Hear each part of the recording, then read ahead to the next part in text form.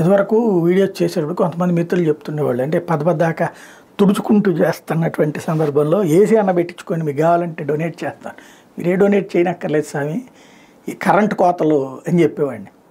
అప్పుడు కరెంటు ఫ్లక్సేషన్స్ వచ్చేసి ప్రతి 2 గంటలకు ఒకసారి ఆగిపోతున్నటువంటి సందర్భంలో, ఇంకోటి అప్పుడు ఏసీ కూడా లేదు, నిజంగానే ఇంట్లో లేదు ఏసీ. తర్వాత కొన్నాం, ఈ మన కామెంట్స్ పబ్లిక్ అడిగినటువంటి సందర్భంలోనే కొని ఏసీ పెట్టుకున్నాం. అయితే ఇప్పుడు స్టూడియో ఇది మనకు కనబడుతుంది కదా, బ్యాక్గ్రౌండ్ ఇదంతా కూడా స్టూడియో అన్నటువంటిది. అయితే ఏసీ ఇక్కడ సమస్య ఎందుకంటే కరెంటు పద్దాక ఎదువరకడికి మళ్ళీ ఎండాకాలం రాకముందే ఇప్పుడు కరెంట్ ఫ్లక్సేషన్స్ వచ్చేస్తున్నాయి.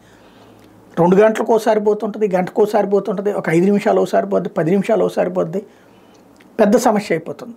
ఇక్కడే కాదు 2 తెలుగు రాష్ట్రాలు కూడా కరెంటు సమస్యలు భారీగా పెరగబోతున్నాయి. ఎందుకంటే ప్రజలు ఇప్పుడు ఎలక్ట్రానిక్ వెరైటీస్ మీద విపరీతంగా వాడుతున్నారు, దాంతో కరెంట్ యూసేజ్ పెరిగిపోయింది. స్మార్ట్ ఫోన్ చేతిలో లేనోళ్ళు లేరు, ఛార్జింగ్లు పెట్టుకుంటూనే ఉంటారు. అదే సందర్భంలో టీవీనో ఇంట్లో ఏదో ఒకటి వాడుతూనే ఉండాలి. ఫ్రిడ్జ్ లేకుండా ఉండట్లేదు ఇప్పుడు చాలామందికి, ఈవెన్ పేదల ఇళ్లలో కూడా ఫ్రిడ్జ్లు వచ్చేసినాయి. క్రమంగా మారిపోయినటువంటి ఆంధ్ర తెలంగాణల యొక్క స్వభావం కారణంగా కరెంటు వినియోగం విపరీతంగా ఉంది.